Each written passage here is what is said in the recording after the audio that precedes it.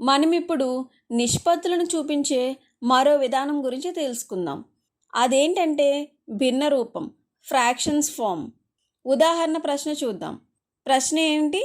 యాపిల్స్కు మరియు మొత్తం పండ్ల సంఖ్య మధ్య నిష్పత్తి ఎంత? ఇక్కడ మనం యాపిల్స్కి ఆరెంజెస్కి మధ్య నిష్పత్తిని అడగడం లేదు. ఏం అడుగుతున్నారు? యాపిల్స్కి మరియు మొత్తం పండ్ల సంఖ్య మధ్య నిష్పత్తి అడుగుతున్నారు. ఇప్పుడు సాధన చూద్దాం. అందుకోసం ముందుగా ఏం చేద్దాం? మనం మొదట మొత్తం ఎన్ని యాపిల్స్ ఉన్నాయో చూద్దాం. మొత్తం ఎన్ని యాపిల్స్ ఉన్నాయి మనకి? 1 2 3 4 5 6 7 8. కాబట్టి ఎన్ని యాపిల్స్ ఉన్నాయి? 8 ఉన్నాయి. ఇప్పుడు తర్వాత ఏముంది మనకి? నిష్పత్తి దేనికి అడిగారు? మొత్తం పండ్ల సంఖ్య అడిగారు. కాబట్టి ఏం తీసుకుందాం మనం? మొత్తం పండ్ల సంఖ్య ఎంతో చూద్దాం. దీనికోసం మనం ఏం చేయాలి? మనకి ఉన్న యాపిల్స్ మరియు ఆరెంజెస్ని కలపాలి. అంటే ఏమవుతుంది? Apples plus oranges. మనం ఇంతకు ముందే యాపిల్స్ సంఖ్య చూసాం. అదెంత? 8. కాబట్టి మనకి ఇంకా ఏం తెలియాలి? ఆరెంజెస్ సంఖ్య. ఆరెంజెస్ సంఖ్య చూద్దాం ఎంత ఉందో. ఆరెంజెస్ ఎన్ని ఉన్నాయి? 1 2 3.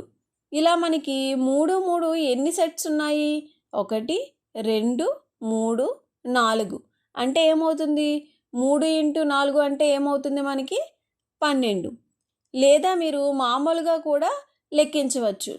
అలా లెక్కిస్తే 1 2 3 4 5 6 7 8 9 10 11 12. కాబట్టి ఇప్పుడు మొత్తం పండ్ల సంఖ్య అంటే ఏమవుతుందో మనకి? ముందుగా లెక్కించిన యాపిల్స్ సంఖ్య 8 ప్లస్ ఆరెంజెస్ సంఖ్య ఎంత వచ్చింది? 12. ఈ రెండింటిని కలిపితే మనకి సమాధానం ఏమొచ్చింది? 20. అంటే మొత్తం పండ్ల సంఖ్య ఎంత? 20.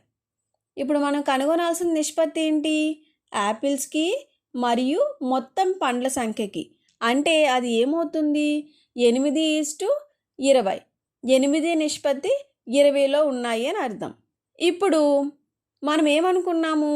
ఈ నిష్పత్తిని భిన్న రూపంలో రాద్దాము అనుకున్నాం కదా. దీనికోసం మనం ముందుగా చేయాల్సింది ఏంటి అంటే ఈ నిష్పత్తిని సరళీకరించడానికి మనం ఏం చేయొచ్చు? ఈ రెండు సంఖ్యలు ఏదైనా ఎక్కంలో వస్తున్నాయేమో చూద్దాం. అలా చూసినట్లయితే 8 మరియు 20 అనేది మనకి 4లో పోతుంది. కాబట్టి 8 మరియు 20 అనేవి మనకి 4తో భాగించబడతాయి. కాబట్టి మనం దీన్ని సరళీకరిస్తే ఏమవుతుంది? 4 × 2 అంటే 8. అలాగే 4 × 5 ఎంత? 20. కాబట్టి నిష్పత్తిని సరళీకరించినప్పుడు ఏమైంది మనకి? 2:5గా వచ్చింది. ఈ నిష్పత్తిని మరింత సులభంగా అర్థం చేసుకోవడానికి మనం ఇచ్చిన పండ్లను 4 సమాన భాగాలుగా విభజిద్దాం. ఈ విధంగా 4 సమాన భాగాలుగా చేసినప్పుడు ఏమవుతుంది మనకి? చూడండి, ప్రతి భాగంలో కూడా మనకి 2 యాపిల్స్ ఉన్నాయి. మొత్తం ఎన్ని పండ్లు ఉన్నాయి? యాపిల్స్ 2 మరియు ఆరెంజెస్ 3. మొత్తం కలిపితే ఎన్ని ఉన్నాయి? 5. ప్రతి భాగంలో ఎన్ని ఉన్నాయి మనకి యాపిల్స్? 2. ఇక్కడ ఈ భాగంలోని 2 ఉన్నాయి. తర్వాత భాగంలో కూడా 2. తర్వాత భాగంలో కూడా 2. అదేవిధంగా మొత్తం పండ్ల సంఖ్య ప్రతి భాగంలో ఎన్ని ఉన్నాయి? 5 5 5 మరియు 5. కాబట్టి దీని అర్థం ఏంటి? ప్రతి 2 యాపిల్స్కు మొత్తం 5 పండ్లు ఉన్నాయి అని అర్థం. ఇప్పుడు మనం ముందుగా అనుకున్నాం కదా ఈ నిష్పత్తిని చూపించడానికి మరొక విధానం ఉంటుందని. అది భిన్న రూపం. నిష్పత్తులను భిన్న రూపంలో చూపించడానికి మనం ఏం చేయవచ్చు? ఇదే నిష్పత్తిని తీసుకుందాం. 2:5ని తీసుకుంటే దాన్ని మనం ఎలా రాసుకోవచ్చు? 2/5 అని రాయవచ్చు. ఈ 2/5 అంటే ఏంటి? ఇక్కడ 2 అనేది యాపిల్స్ సంఖ్యను సూచిస్తుంది. అలాగే 5 అనేది మొత్తం పండ్ల సంఖ్యను సూచిస్తుంది. అంటే దీని అర్థం ఏంటి? మొత్తం పండ్లలో 2/5 భాగం యాపిల్స్ ఉన్నాయి అని అర్థం. మనకి మొత్తం పళ్ళు ఎన్ని ఉన్నాయి? 20 ఉన్నాయి. యాపిల్స్ సంఖ్య ఎంత ఉంది?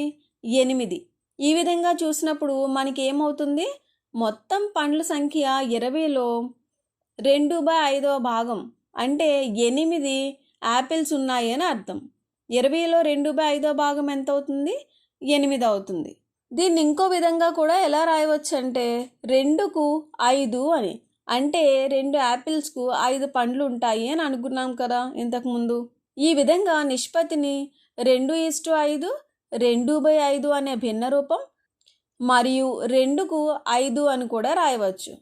కాబట్టి నిష్పత్తి 2:5ని భిన్న రూపంలో మనం 2/5 అని రాస్తే అర్థం ఏంటి?